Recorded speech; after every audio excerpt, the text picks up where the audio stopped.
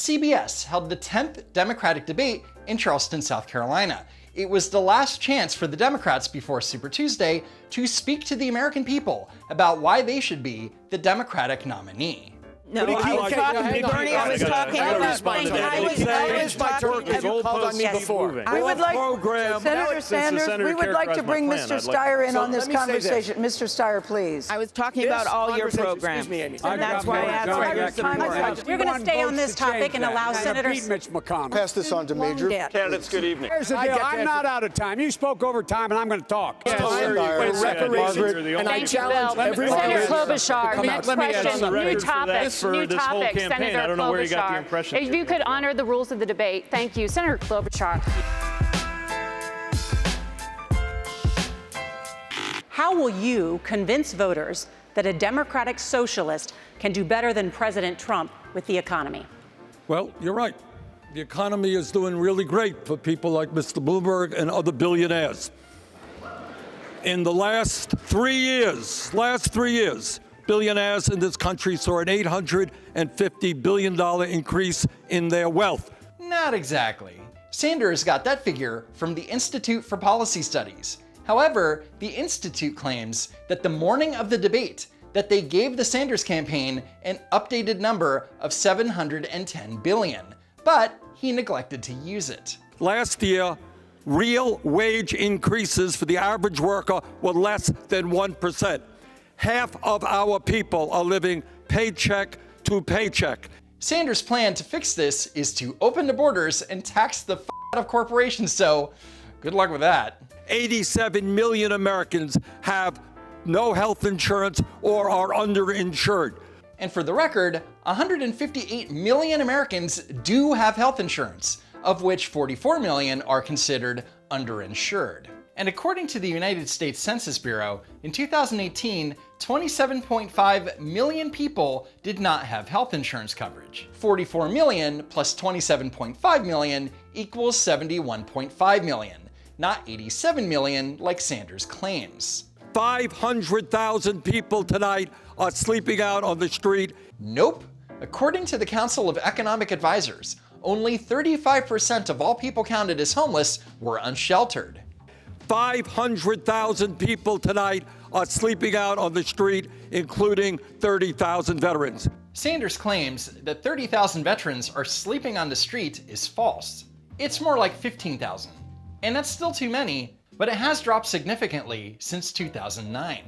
In the span of just 54 seconds, Bernie Sanders inadvertently exaggerated wealth increases of billionaires, increased the number of uninsured and underinsured, and doubled the number of the homeless sleeping on the street. But none of this is surprising, considering that he doesn't even understand simple things like how credit card interest works. I'm not kidding. I made an entire video about it. It's shocking how ignorant he is. That is not an economy that's working for the American people. That's an economy working for the 1%.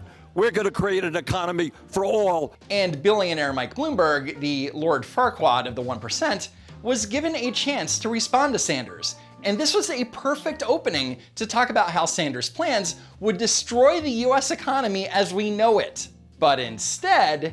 Do you think Senator Sanders' economy would be better for America than President Trump? I think that Donald Trump thinks it would be better if he's president. I do not think so. Vladimir Putin thinks that Donald Trump should be president of the United States, and that's why Russia is helping you get elected, so you'll lose to him.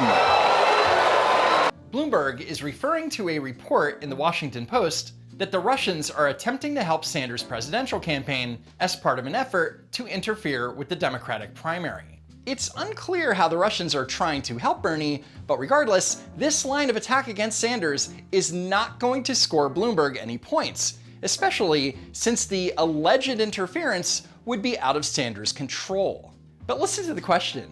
Bloomberg was asked, do you think that Senator Sanders' economy would be better for America than President Trump's economy? He was pitched a softball question, and instead, he talked about alleged Russian election interference. Yep, he's a Democrat, all right. Hey, Mr. Putin, if I'm president of the United States, trust me, you're not going to interfere in any more American elections. Like most of what Bernie Sanders promises, it's not going to happen. The problem is that you can't control Russian disinformation.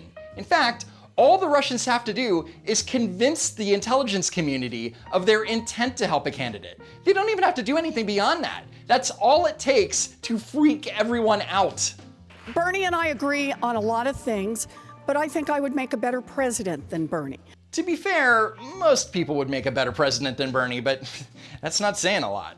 In addition to that, being progressive, he thought Barack Obama, he wanted a primary, he said we should primary Barack Obama. Someone should.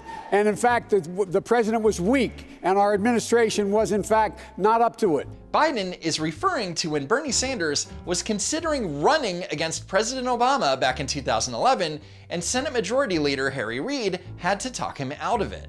But unless you read The Atlantic, you probably have no idea what the hell Biden is yelling about. Nor does it have anything to do with 2020. I will tell you, Pete, what the American people want, and Joe, what the American people want. They don't want candidates to be running to billionaires for huge amounts of funding. All right, let's clear this up once and for all. Pete has gotten funding you've got people from believing over something 50 that is false. billionaires. This Joe, needs I to be think, has cleared up. gotten a little bit more. This is one of the dumbest arguments that Bernie Sanders continues to yell about. Sanders has famously declared that he won't accept campaign contributions from billionaires. But then again, I don't see any billionaires banging down Sanders' door begging him to take their money. It's like bragging that you're not going to a party that you weren't invited to. I can't allow this to stand because it's just not true. Senator Sanders has got people believing something that is untrue about my campaign. The idea that most of my campaign is funded by billionaires. I didn't say that, Pete. But Bernie is implying it. And the truth is that just because a billionaire contributes to a campaign doesn't mean that they have more influence than a regular Joe Schmo who contributes the same amount. And if you're watching right now and you're a billionaire, I will raise your taxes. But if you'd like to defeat Donald Trump, please go to PeteForAmerica.com and donate the legal maximum of $2,800. And Mayor Pete's exactly right. The Federal Election Commission limits how much you can contribute to an individual political campaign. And consider that Buttigieg raised nearly $83 million through January 31st. So $140,000 from billionaires is a drop in the bucket. And speaking of billionaires, all of the new Democrats that came in, put Nancy Pelosi in charge, and gave the Congress the ability to control this president, I got them. Oops. I know what to do. I've shown I know how to run a country. I've run the city, which is almost the same size, as bigger than most countries in the world. For the record, New York City is the largest city in the United States in terms of population. But if New York City was a country, it would rank 102nd out of 234 countries. So not much of a flex. When I was 21 years old, I got my first job as a special education teacher. I loved that job. And by the end of the first year, I was visibly pregnant. The principal wished me luck and gave my job to someone else. Pregnancy discrimination, you bet. Except in a 2007 interview with University of California Television, Warren said this. It was in a public school system, but I worked with the children with disabilities. And I did that for a year. I actually didn't have the education courses, so I was on an emergency certificate, it was called. And I went back to graduate school and took a couple of courses in education and said, I don't think this is going to work out for me. And I was pregnant with my first baby. So I had a baby and stayed home for a couple of years. So what Warren is saying is that education wasn't right for her and that she decided to stay home with her child. If anything, this pregnancy discrimination was self-inflicted. Furthermore, there's documentation discovered by the Washington Free Beacon that definitively shows that she was offered a second-year contract by the Riverdale Board of Education and that her resignation was accepted with regret. This is all pretty well known, but she insists on lying and saying that she was fired. And by telling this story, in this moment, it was a seg into attacking Bloomberg over his alleged mistreatment of women. At least I didn't have a boss who said to me, kill it. The way that Mayor Bloomberg never alleged said to that. have said to one of his pregnant employees. Oh, give me a break. It just shows that the mayor is pro-choice. Instead of attacking him, Warren should be applauding him. Besides, it's not like he was demanding that she actually do it, right? But seriously, it was probably a joke. A very bad joke for sure, but a joke nonetheless. Did these women take your jokes wrong, or were you wrong to make the jokes? Probably wrong to make the jokes. I don't remember what they were. So if he doesn't remember what these bad jokes were, then maybe he did say what Warren is accusing him of saying. Senator Warren, that is a very serious charge that you leveled at the mayor. Yes. You told a woman to get an abortion. What evidence do you have of that?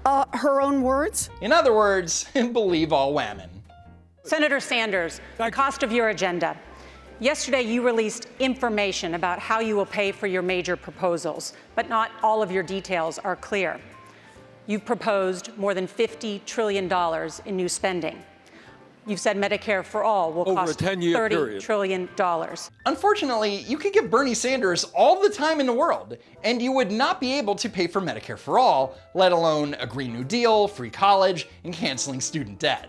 In a Word document provided by Sanders called Options to Finance Medicare for All, you'll find a slew of new taxes, fees, and rules. However, the revenue raised by these options comes to $12 trillion, far short of the $30 trillion needed to fund Medicare for all. The math does not add up. In fact, just on 60 Minutes this weekend, he said he wasn't going to rattle through the nickels and the dimes. Well, let me tell you how many nickels and dimes we're talking about. Nearly $60 trillion. Do you know how much that is for all of his programs? That is 3 times the American economy, not the federal government, the entire American economy. Here, when Klobuchar said that all of Bernie's programs would cost at least $60 trillion, he misheard her and thought that she was only referring to the cost of Medicare for all. And then Bernie ended up saying something very telling. Ours will cost about $45 billion, not $60 trillion. Whoa, if Medicare for all is only going to cost $45 billion, count me in. But unfortunately, he probably meant to say $45 trillion, even though he's been claiming that it's $30 trillion. I think he just let the cat out of the bag. Let's talk about what it adds up to. Well, let's talk about math indeed. Okay, so here's the math. Here's the math. It adds up to 4 more years of Donald Trump, Kevin McCarthy as Speaker of the House, and the inability to get the Senate into Democratic hands. And Mayor Pete is exactly right.